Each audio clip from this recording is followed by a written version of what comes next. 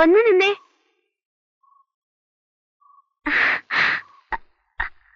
സുധയല്ലേ? അതെ.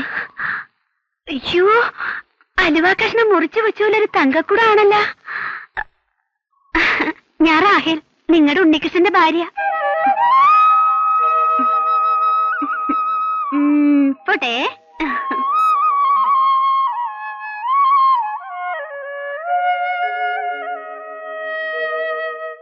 ഞാനിന്നൊരാളെ കണ്ട്. നിങ്ങളുടെ സുധേ.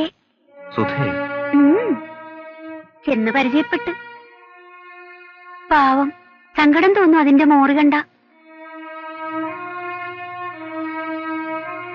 എനിക്കെല്ലാം അറിയാല, പിന്നെന്തിനാ മറയ്ക്കണത്? ഞാനൊരു കാര്യം പറഞ്ഞാ ചെയ്യുവാ. നമ്മ ഇങ്ങനെ സന്തോഷായിട്ട് കഴിയുമ്പം അതിനെ ഇങ്ങനെ ദണ്ണപ്പെടാൻ വിടണത് ശരിയാണോ? മുക്കര കുടിയനാണ്, ഒന്നിനും ഒരു പിടിപ്പില്ലാണ്ടെന്നല്ലാതെ വേറൊരു ദൂഷ്യം അതിന്റെ കെട്ടിയോനില്ലെന്നാ അമ്മ പറയണത്. നിങ്ങ വിചാരിച്ചാ അതിയാനെ ഒരു വഴിക്ക് കൊണ്ടുവരാൻ പറ്റൂലേ? ഞാനോ? ചെന്ന് മുഖത്താട്ട് നോക്കി 4 പുളിച്ച വർത്താനം അങ്ങാട്ട് പറയുന്നു. അനുരാഗ നാടകത്തിൻ അന്ത്യമാം രംഗം തീർന്നു, അരങ്ങിതിലാളൊഴിഞ്ഞു. എന്റെ പൊന്നി ഏട്ടാ, അതങ്ങോട്ട് വലിക്കേ, എനിക്ക് തറ അടയ്ക്കണം.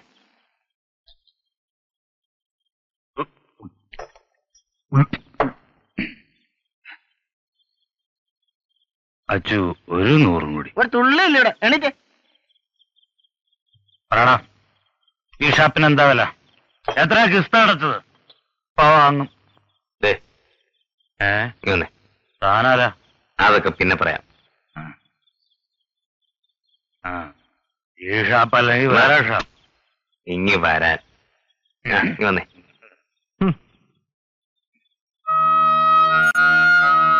നഷ്ടപ്പെടുത്തുന്നത് എന്താണെന്ന് ഗോപി മനസ്സിലാക്കുന്നില്ല. എന്റെ ഭാര്യയും കുഞ്ഞും വരെ എന്നെ വിളിച്ചു പോയി ആശാനെ. ഉപേക്ഷിച്ചു പോയതല്ല, സഹി കേട്ട് തന്റെ കുഞ്ഞിനെ കഴുത്തിരിച്ചു കൊന്ന് ആത്മഹത്യ ചെയ്യാൻ ധൈര്യം കിട്ടാണ്ട് ഓടി രക്ഷപ്പെട്ടെന്ന് പറയേ. ഇതൊക്കെ പറയാൻ ഞാനാരല്ലേ? തന്റെ ഭാര്യയെ ഓർമ്മ തെളിയുന്ന നാള് തൊട്ട് സ്നേഹിച്ച് സ്വന്തമാക്കാൻ കൊതിച്ച മനുഷ്യൻ, അവളുടെ മുറച്ചെറുക്കൻ. എന്നേക്കാളും യോഗ്യനായ ഭർത്താവിനെ പ്രതാപം നോക്കി കണ്ടുപിടിച്ചതാണ് അവളുടെ അച്ഛൻ തന്നെ. ഇന്ന് ഞാൻ വേറെ വിവാഹിതനാണ്. പക്ഷെ അന്ന് തന്നെ ഉപേക്ഷിച്ച് അവൾ ഓടി വരുമ്പോൾ അല്ലായിരുന്നു. ഞാൻ അവളോട് കെഞ്ചി അവളെ ഞാൻ ഏൽക്കാമെന്ന്. അവൾ പറഞ്ഞ മറുപടി അറിയോ? മരിക്കണതുവരെ തന്റെ മകന്റെ അമ്മ മാത്രമായിരിക്കും അവളെന്ന്. ആശാനെ, ഞാൻ മടിശീലയുടെ കനം കുറയുമ്പോൾ ചങ്ങാതിമാരുണ്ടാവില്ല, ബന്ധുക്കളുണ്ടാവില്ല. ഒടുക്കം ഉഴുത്ത പട്ടിയെപ്പോലെ തെരുവോരത്ത് തെണ്ടി അലഞ്ഞ് വീണിച്ചാകുമ്പോൾ തന്നെ ഓർത്ത് കരയാൻ അന്നും ആ പെണ്ണെ കാണൂ. വായി കരിയിടാൻ തന്റെ മകനെ ഉണ്ടാവും. പറഞ്ഞ തുക മുഴുവനുണ്ട്. ഉപകാരമായി.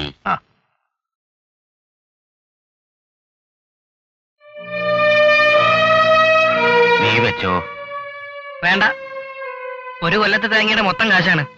പെരുവണ്ണാനും ചെണ്ടക്കാരും കൊടുത്തു കഴിഞ്ഞാ ബാക്കി എന്റെ കഷ്ടേ കാണൂ. അച്ഛൻ തന്നെ അച്ഛാ മതി. നിനക്ക് മനസ്താപം കാണും.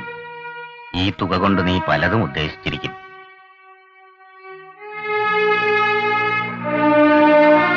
നിനക്ക് വിഷമിക്കേണ്ടി വരില്ല.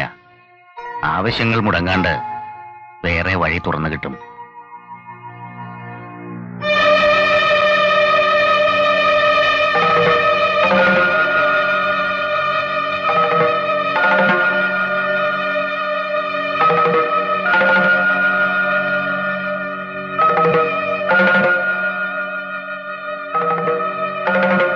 ക്ഷമിക്കണം, ഞാൻ വേറൊരു ലോകത്തിലായിരുന്നു.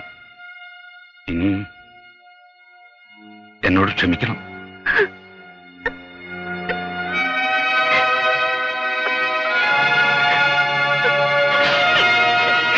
എനിക്ക് എന്റെ മോനെ ഒന്ന് കാണണം. എന്റെ ഭാര്യയോട് മാപ്പ് പറയണം. അകത്തേക്ക് ചെല്ലുക.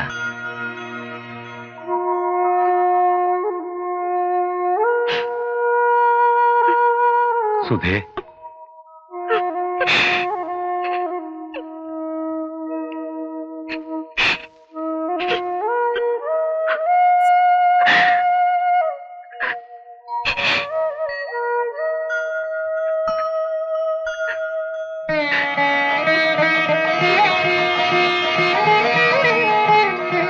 നോക്ക്, ദൈവങ്ങളുടെ കടം വീട്ടും ഉറപ്പിച്ചതേ ഉള്ളൂ. പ്രത്യക്ഷത്തിൽ ഫലം കണ്ടോ? ഈ തറവാട്ടിലെ ഏറ്റവും വലിയ ദുഃഖമായിരുന്നു നിന്റെ ഓപ്പോളുടെ കണ്ണീര്. പരിഹാരം കൊണ്ടെത്തുന്നത് കണ്ടോടാ. തല മുഴുവൻ പേന.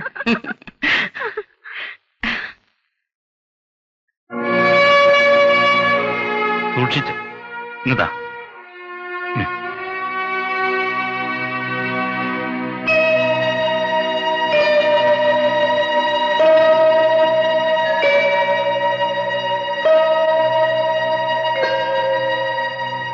അമ്മായിക്ക് മനസ്സിലായില്ലെന്നുണ്ടോ? എന്നെ മനസ്സിലായില്ലെങ്കിലും ഇവളെ മനസ്സിലാകാതിരിക്കില്ലല്ലോ.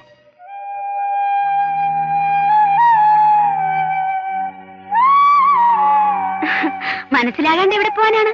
മരുമകളല്ലേ? ഇവൻ ഞാനെന്ന് കണ്ടേനേക്കാളും വലുതായി കേട്ടാ. വന്ന കാലം നിൽക്കാണ്ട് ഇങ്ങാട്ടിരിയുന്നു. ഒന്ന് അമ്പലത്തിൽ വരെ പോയി. ഉണ്ണിയില്ലേ ഇവിടെ? പുറത്താട്ട് പോയി. വരുമ്പോ ഉച്ച കഴിയും. അമ്മായി,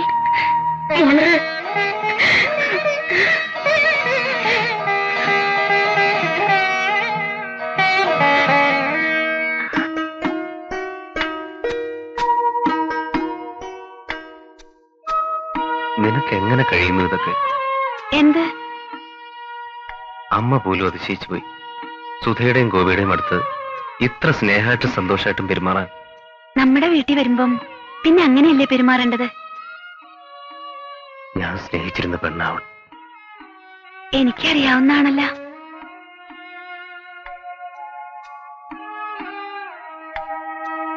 ഇങ്ങോട്ട് നോക്കിയേ. നിങ്ങൾ സ്നേഹമുള്ളവനാ. എനിക്ക് നിങ്ങളെ വിശ്വാസ. നിങ്ങൾ സ്നേഹിച്ചവരെല്ലാം ഞാൻ സ്നേഹിക്കണ്ടേ?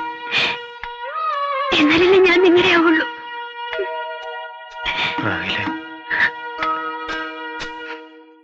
തെയ്യം നടത്തുന്നതിനോട് എനിക്ക് എതിർപ്പൊന്നുമില്ല.